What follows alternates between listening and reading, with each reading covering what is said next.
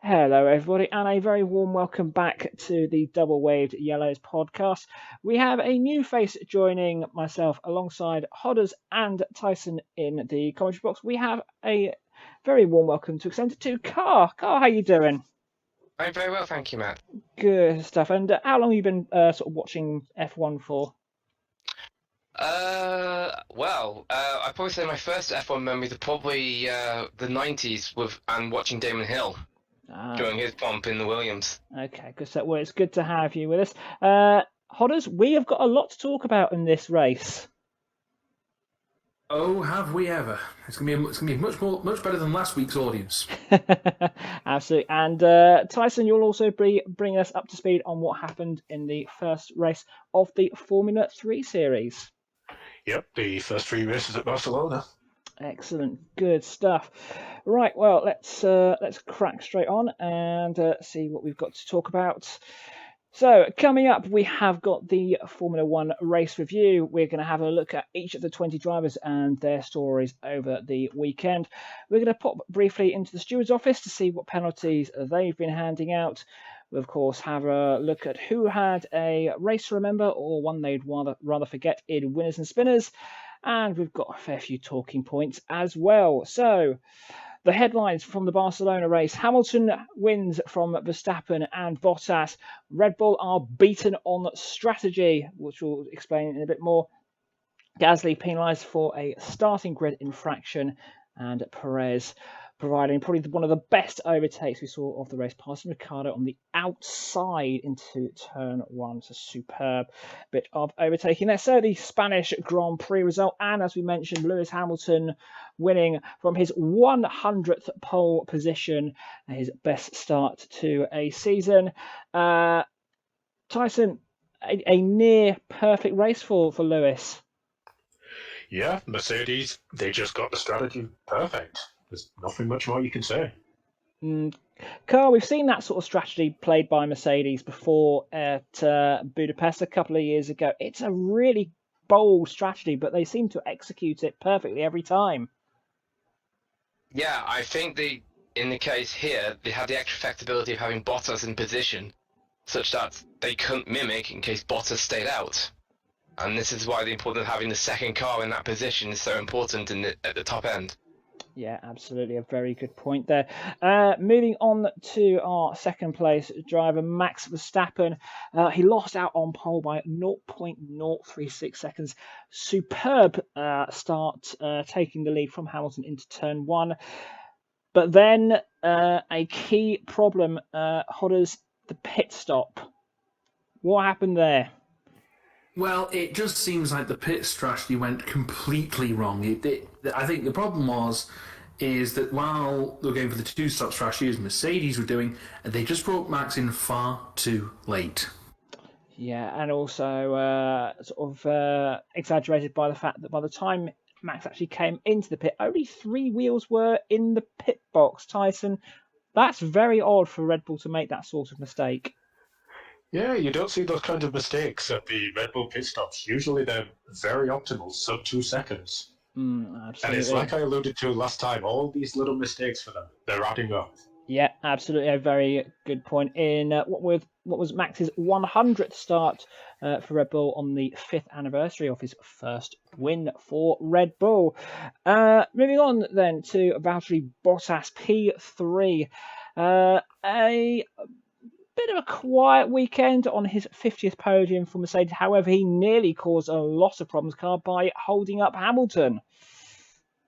Yeah, I think he's getting fed up being the number 2, so he's trying to set his stall out a bit more, saying I'm not going to be that easy. He needs to really push on this year in what could potentially be his final year at Mercedes, if rumours are to be believed. So, Charles Leclerc, P4, the first of the drivers finishing off the podium. Notable mention for his overtake on Bottas around the outside of turn 4 on the opening lap. Tyson, a fairly sedate race for the Monegasque. Yeah, he's putting that Ferrari up there in the positions, which is much better than we saw last year. And it's nice to see Leclerc doing well. Certainly, this year's Ferrari is much more the prancing horse compared with last year's lame donkey. Much more. Okay, and P5 for the other Red Bull, Sergio Perez, providing, as we mentioned, the best overtake of the race, passing Ricardo around the outside of turn 1, giving him the racing line for turn 2 of that chicane. A good race for Perez, but he needs to be getting better finishes if he's to be helping his teammates. Yeah, my point exactly. P5 is okay, but okay at this level is not quite good enough. He needs to be at least P4 challenging Valtteri Bottas in a P3 to put pressure on the Mercedes so they can't do the kind of strategy they did here towards the win a race. Absolutely. Moving on then to P6, Daniel Ricciardo. A good solid race, Hodders, for Danny Ricciardo. Yeah, for the last couple of weeks, had a very good race. I mean, he did say in comments afterwards that while they didn't quite have the pace, it was nice to put a good weekend together and outpace a faster car, which was something, and with a smile as well. The traditional Danny Ricciardo smile. Moving on then to Carlos Sainz. P7. A good weekend for the Spaniard. Yeah, it's another good weekend, and for the whole, with P4, P7 combined. And of course, this also maintains his record of scoring points in every home race he's taken part in. Yeah, it's a good record for the Spaniard, and he's also quickly becoming the lead Spaniard in comparison with his idol, which we'll talk about in a bit more detail later on. P8, Lando Norris, a substandard race for the British driver, most notably when he received the black and white flag from race control for a frankly dangerous move on Carlos Sainz, weaving twice in the braking zone, which is an absolute no-no, Hodders. Yeah, yes, it is one of those things, and there were even race control warnings. I think it was to Danny Rick during the weekend as well about that. You really can't be doing that. Yeah, I mean the black and white flag, for those not aware, it's essentially a yellow card, i.e. if you do that again, the stewards will be having a strong word with you on that one. But as I say, it's not the sort of thing we expect from Lando. Hopefully it is just a one-off. Moving on to P9, Esteban Ocon in the Alpine. A good weekend for Ocon. Yes, combined with the fact that his highest qualifying in this race at P5, yeah, and a good race for him, getting some nice points, and of course being the highest finisher, only doing the one-stop strategy compared to the two stops around him. Yeah, Ocon was obviously able to make the one-stop strategy work. Ocon is regularly racking up the points for Alpine, Tyson. He's there getting the points in bit by bit, which is what that team needs. Yeah, he's definitely made some improvements over the first few races. It looked like they may be hanging on to the back, but they're slowly moving up the order, and that's great to see. Absolutely. It's going to make that sort of little battle between sort of Alpine and McLaren and Ferrari interesting there. Say if any of those teams slip up, Alpine could be in for a good haul of points. And rounding out the top 10, Pierre Gasly for AlphaTauri, and he's probably an early contender for blooper of the season, being out of position on the grid, a 5-second penalty. It wasn't even a close one with that penalty. No, it was a slam dunk, as they would say. Yeah, clearly outside the yellow line, clearly outside the box. I was very fortunate to recover enough to at least get a point at the end of it. Of course, people may argue, could Pierre have had more points? We will never know. Moving on to the rest of the finishers, P11 Lance Stroll. Tyson, Aston Martin haven't had a great start, but they are starting to creep towards those top 10 finishes. Yeah, and I think Stroll was very unfortunate not to score this week. He had a little fight with Gasly at the end, but Stroll did have a beautiful pass on Alonso earlier in the race. Oh, yeah, that was good. Yeah, outside of turn 4, setting up for the inside of turn 5, which is really, really good. Kimi Raikkonen, one of only 2 drivers to pull off the one-stop strategy, however, didn't really work for him. Starting P17 and finishing P12.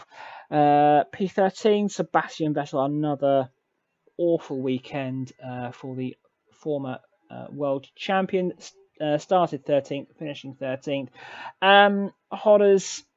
I think that a lot of questions are going to be starting to be asked now of Sebastian Vettel at Aston Martin, considering all the fuss that was made last year. Yes, it almost makes you wonder whether the phrase "don't believe the hype" springs right. He's a former world champion. He can do better, and he really needs to pick his ideas up. Absolutely.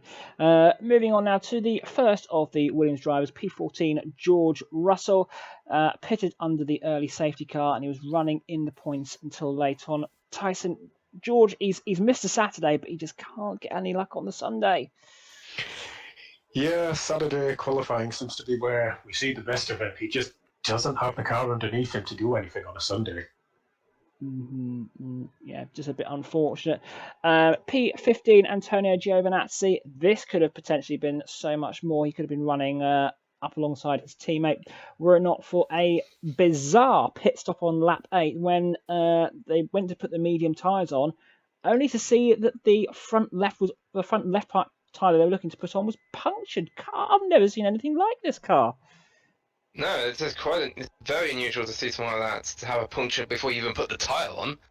And it ended up being one of the longest stuff I think I've ever seen, like a 35-second stop for tyres. Yeah, just real. I mean, he was fortunate that it was under safety car conditions, but also what doesn't help is the current rules is that you can't sort of mix and match the tyre sets. You can't have, say, a new set of mediums on the front and an old set of mediums on the back. They all have to be as part of the same set. So, of course, if one tyre you can't put on, the whole set you can't put on. So that really screwed him in terms of the pit stop and also the race strategy.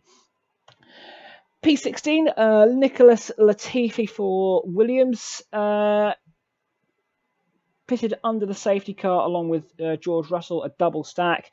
It looked like it was going to work, Hodders, until unfortunately, whilst they were doing that pit stop, the message "safety car in this lap" came up, which really stuffed their race.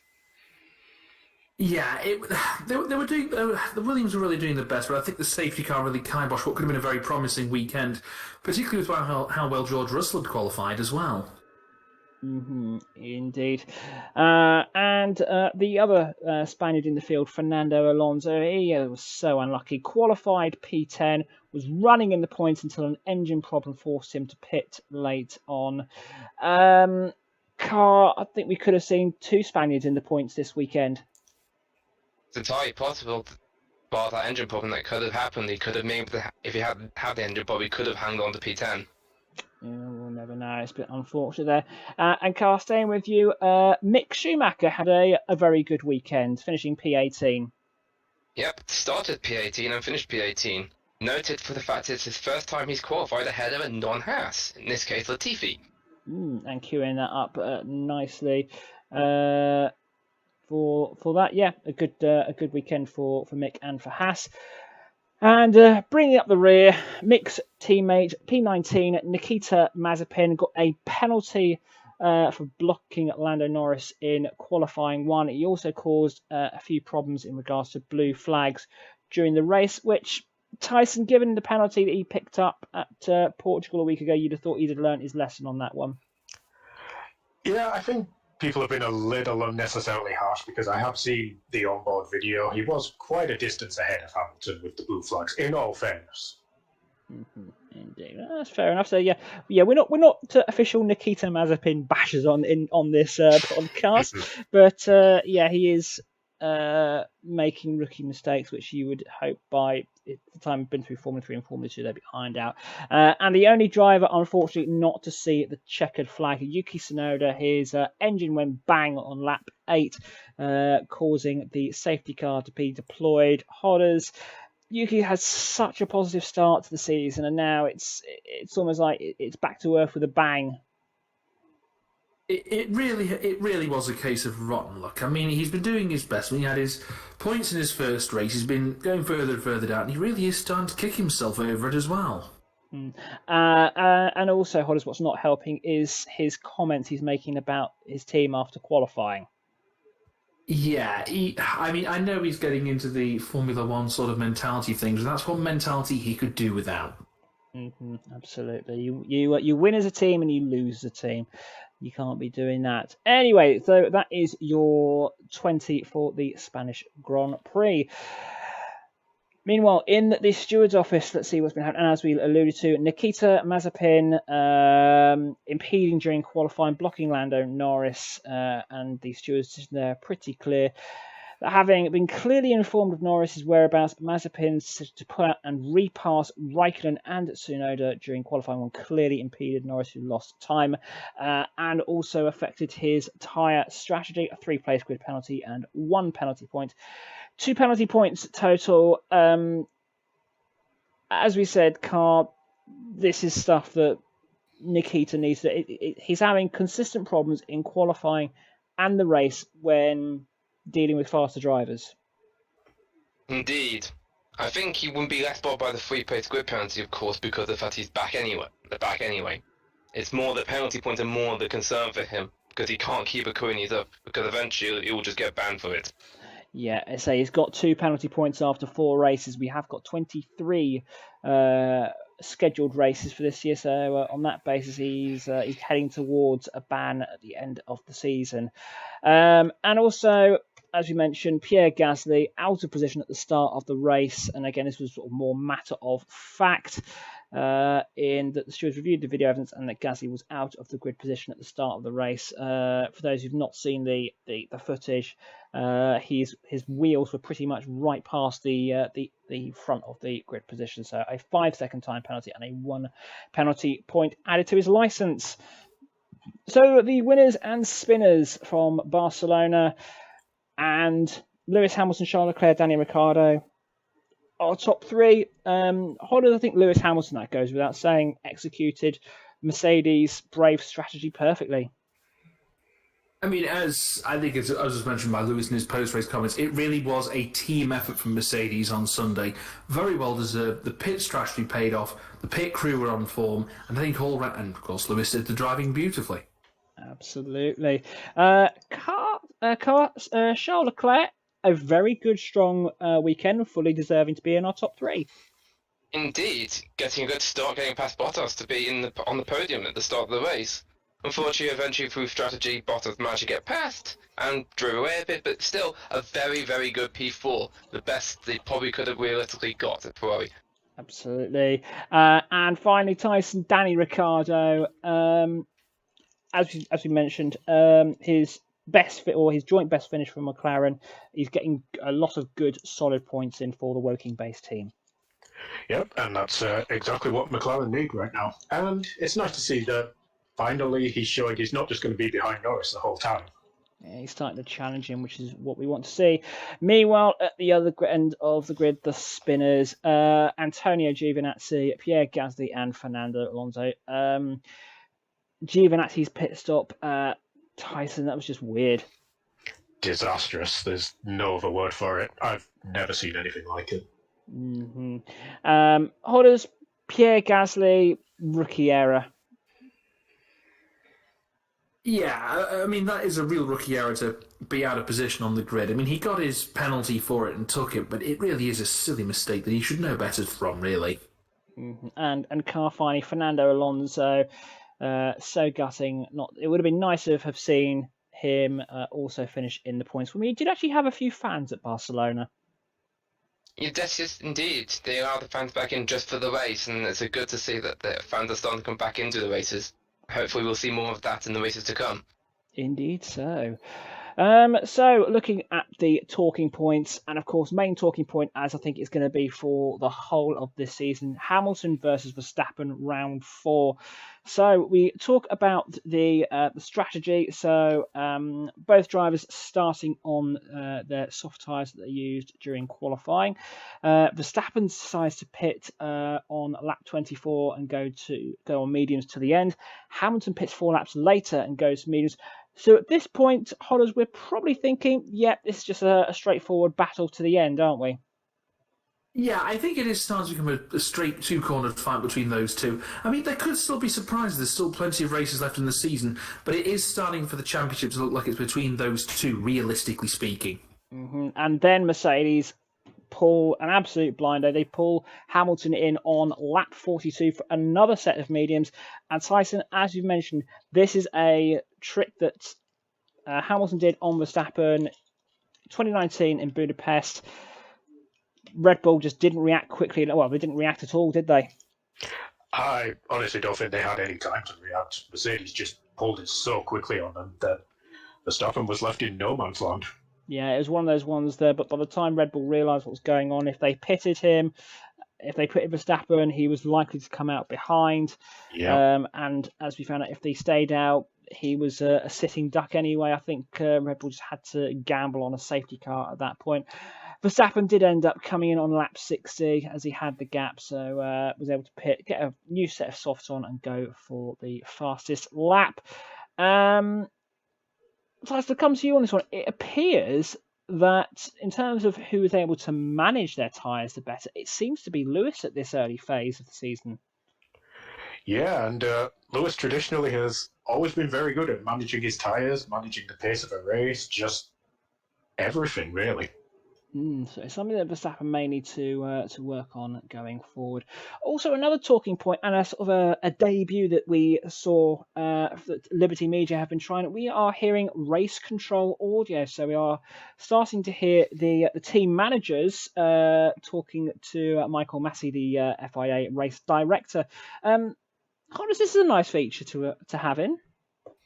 I think it's a very nice. It's also a very welcome feature. I think one thing it certainly adds is another layer of transparency into the decisions that are being made by race control and race directors. I think adding that transparency of what goes on and the reasons for it is always going to be welcome, particularly when Formula One and other sports are always under scrutiny about such things. It shows that things are open. Absolutely, which is what we want. And also a little bit of a fuss on the blue flags. Carl, I'll come to you on this one. Blue flags, it's a very simple rule in that if you are shown a blue flag, it is you've got a faster car coming up behind you, let him through. And not just Mazepin, but other drivers seem to not adhering to this.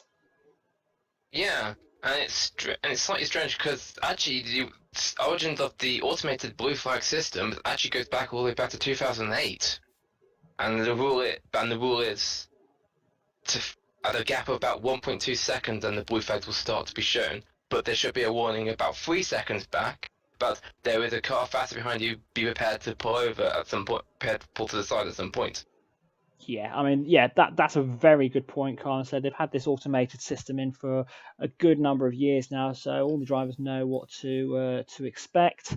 And also in general motor racing, it's clear stationary blue flag. Be aware there's a car coming up behind you. Waved blue flags, get out of the way. If you pass 3 blue flags and you fail to do it, you're going to be in trouble. So I think some drivers need to go back and do a bit of revision on their basic homework. Moving on. So this is the Drivers' Championship as it stands after 4 races. Hamilton now has a 14-point lead over Verstappen, 94 points, plays 80. Bottas leading the rest of the pack on 47, with Norris on 41 and Leclerc on 40, chasing. Meanwhile, Perez on 32, Ricardo on 24, Sainz on 20. A little mini battle emerging there with all of the either current or former Red Bull drivers. The 2 Frenchmen, Ocon on Gasly, separated by just 2 points. Stroll and Alonso still tied for 5 points for 11th and 12th, and Tsunoda, the last of the points scoring drivers, on 2 points. Still 7 drivers yet to score.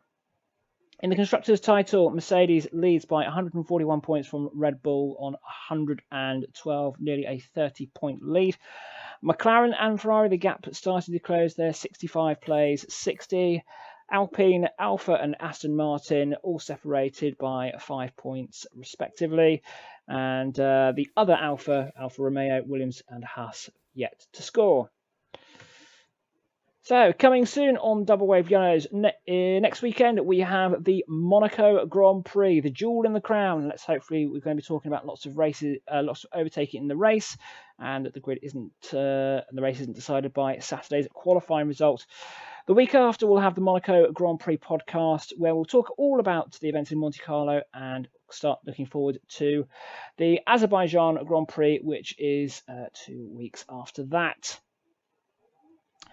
So, hand over to Tyson, who's been watching the Formula 3 opening weekend. And Tyson, we had lots of drama, lots of excitement, and the leaders going wheel to wheel a little bit too much. Yeah, F3 was exciting, as it usually is. As usual, it follows the same format of F2, so Friday qualifying sets the grid for race 3 on Sunday, reverse top 12 for race 1, and then reverse top 12 of that finish for race 2. There's a lot of familiar names in Formula 3 this year. Relatives: David Schumacher, son of Ralph; Arthur Leclerc, younger brother of Charles; Enzo Fittipaldi, the grandson of Emerson; Jack Doohan, son of Mick. The first race, fairly quiet, not exactly what you expect for Formula 3. 30 cars on track, the average age of the grid is 19, but there was some good fighting for first place between Alexander Smolyar and Johnny Edgar. Dennis Hauger, he qualified on pole and made his way through nicely from 12. Arthur Leclerc, unlucky to get a puncture, it put him well down the order for race 2. And, of course, the comeback story that we've been wanting to hear, Juan Manuel Correa finished a respectable 15th in the first race, which sadly ended under the safety car because it was shaping up to be a great sprint finish. So the top 5 for race 1 had Alex Smolyar, Clement Novalak, Kyle Collett, Logan Sargent, and Joey Edgar, which then went into race 2, which was far more action-packed. Smolyar and Sargent crashed on the first lap. Just a tiny tap by Novalak put the wiggle on him, and safety car came out. And then everything picked up. David Schumacher, Enzo Fittipaldi, they were fighting for first place for so long. It let Matteo Nannini, Dennis Hauger, Ollie Caldwell, Victor Martins, they all closed up, started to look really interested. And then Fittipaldi hit Schumacher, trying to make the pass. Nobody was going to give up that space, and they just ran out of it. Safety car comes out a second time. At the restart, Nannini, it looked like Hauger had got him, but he was brave on the brakes, stayed ahead. 2 laps to go. Same incident. Hauger makes the move on Nannini, refuses to let it go, spins him around, which lets Caldwell take the lead. And final lap, we almost had it happen a third time when Victor Martins ran out of road at the same place trying to take him, but luckily they get through unscathed. Ollie Caldwell, Martins, and Vesti top 3 for that one. Other mentions: Leclerc, after a pretty bad race 1, managed to come all the way back to 12th from 28, so great effort there. And the aforementioned Correa scoring a point, which is a lovely cap to the comeback story. Race 3, very pedestrian. Hauger had a slow start, 4 wide into turn 1, but he was brave on the brakes. Managed to keep the lead and controlled the whole race from the start. Jack Doohan climbed up to the podium positions, hit second. Nannini was keeping the pressure on. Martins trying to make up ground, but he was just losing the tyres nearer the end. And Hauger pulls away as everyone else fights for second position. So, after 3 races, Hauger leads the championship by 2 points over Caldwell and another 4 over Novalak, and Prema have a 17-point lead in the team's championship. But it's looking like a very exciting season. Great stuff, Tyson. Thanks for that. And both the F2 and the F3 series are always providing lots of exciting wheel-to-wheel actions, lots of upcoming drivers, and as you will say, Tyson, lots of relatives of either current or former Formula 1 or leading motorsport drivers. We'll be sure, of course, to keep you updated throughout the season on Double Wave Yellows of all of the action on F2 and F3. Final thoughts. 4 races in, and it's looking like it's going to be a really good championship. And Tyson, something we rarely see at the Barcelona, lots of overtaking. And also, because I'm meant to say this as well, speaking of overtakes, the Formula E race in Monaco last week, if we can have something like that for Formula 1 in 2 weeks, I will be very happy. Yes, I think in particular there was... Agreed. Yeah, I heard about that as well. The absolute craziness the last couple of laps of that race. and someone trying to pull a... Well, not trying to, but they did. They pulled a pass for the lead going up the hill into Casino Square. Yep. Any F1 driver does that 99 times out of 100, it's going to end up with both drivers in the barriers. But yeah, it was a superb race. If you haven't seen it, go and have a look on YouTube for the Formula E series, because that was just absolutely brilliant.